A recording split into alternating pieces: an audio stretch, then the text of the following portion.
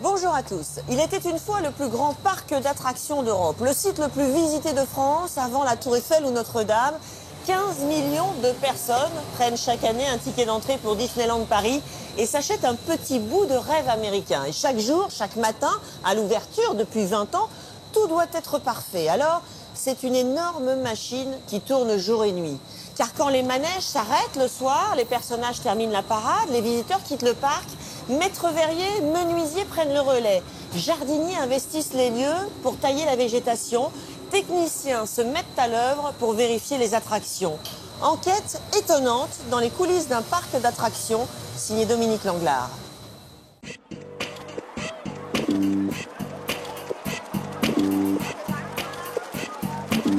À 50 km de Paris, se trouve le plus grand parc d'attractions d'Europe.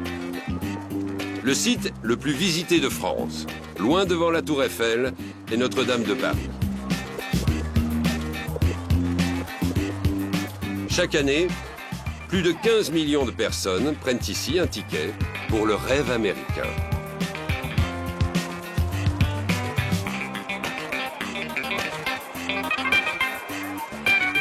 Avant le parc, il n'y avait rien, personne, que des champs de betteraves. Il y a 20 ans, ici, le rêve s'est transformé en réalité, selon la formule chère à Walt Disney. Aujourd'hui, cette réalité, c'est un drôle de pays avec 2 parcs à thème, 56 attractions, une gare TGV et l'autoroute pour y accéder.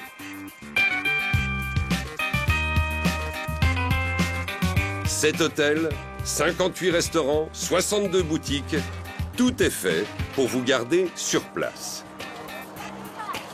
Mais le parc n'est toujours pas rentable et sa dette atteint 1,8 milliard d'euros. Pourtant, attractions en tout genre, décors, spectacles, attirent de plus en plus les visiteurs venus du monde entier. Mais sont où les moussaillons? Le billet d'entrée promet un voyage vers l'enfance retrouvée. En tout cas, pour celui qui veut croire aux promesses des professionnels du rêve.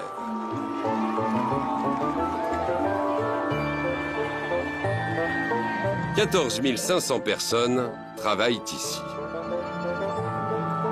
Sur le parc, vous les croisez sans savoir qu'elles passent, discrètement et à l'abri des regards, de la magie du parc à une toute autre réalité.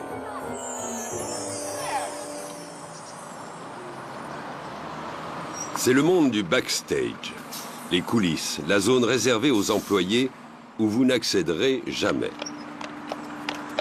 Une zone immense, desservie par 2 lignes d'autobus pour rallier les différents hangars, ateliers et autres studios de répétition. Ils sont maîtres verriers,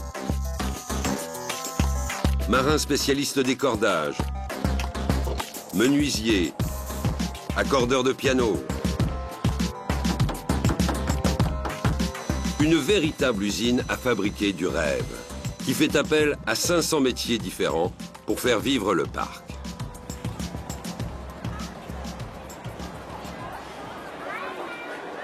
Le parc va maintenant fermer ses portes.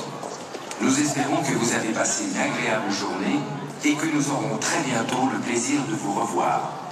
Nous vous souhaitons un bon retour et une excellente fin de soirée. 19h30, les portes ne ferment pas pour tout le monde.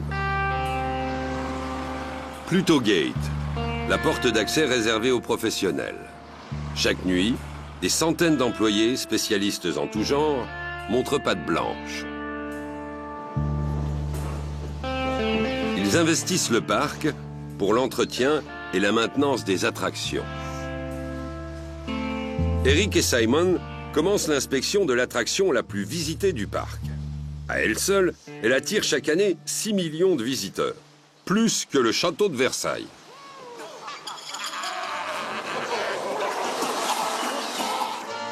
Hisse-moi ce marin d'eau douce, compagnon.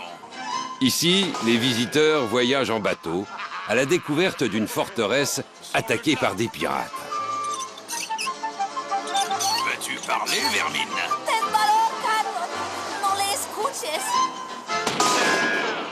Veuillez vous tenir à l'écart de toute installation mécanique ou électrique. Nous faisons démarrer l'attraction immédiatement. Tous les soirs, après la fermeture, et sans musique, Eric et Simon auscultent les 160 comédiens mécaniques, des robots baptisés animatronics, qui s'animent à l'aide d'huile sous pression et d'air pulsé dans un incroyable raffut.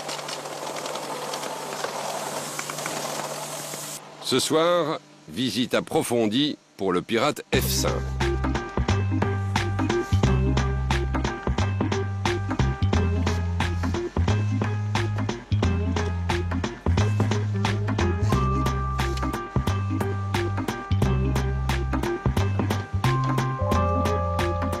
C'est le même type de coque qui protège les compagnies républicaines de sécurité, les CRS. Bon, on n'a pas de fuite. Comme c'est un check-up, on va faire mouvement par mouvement. Et je regarde si au niveau mécanique, j'ai pas un dur mécanique ou j'ai pas un câble électrique. Et en même temps, Simon regarde sur le PC si les valeurs correspondent à ce qu'on devrait avoir, quoi.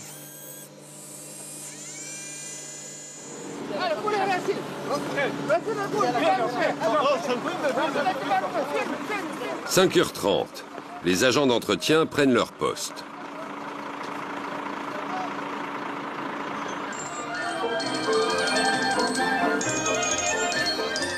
« 7h, le parc est encore fermé et pourtant la musique résonne déjà. Les jardiniers commencent en rythme leur journée. Ils taillent les taupières, ces sculptures végétales aux formes animales.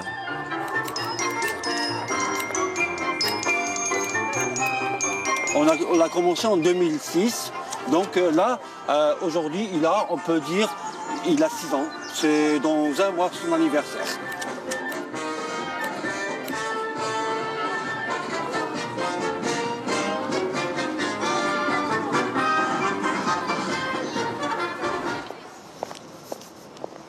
À 9h, ceux qui travaillent au contact des visiteurs arrivent. Ils se dirigent, comme Mathieu, vers ce hangar, le costuming opérationnel. Conducteur de train fantôme, cuisinier, vendeur de souvenirs, chacun son look, chacun son costume.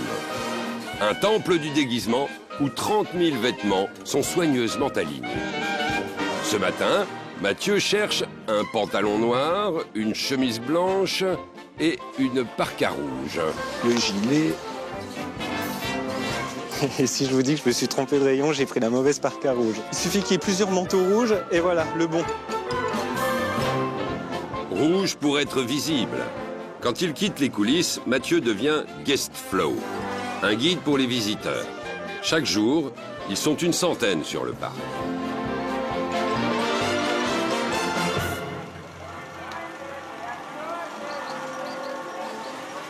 Mathieu commence sa journée à Fantasyland, au pavillon des princesses, connu pour son légendaire embouteillage de poussettes. À l'intérieur, il y a affluence. Les visiteurs font la queue 45 minutes pour se faire photographier avec les princesses. Et apparemment, il n'y a pas que les enfants qui croient aux contes de fées. C'est toujours très populaire. Les princesses, ça reste très populaire. Tout le monde veut les voir. Cendrillon est magnifique.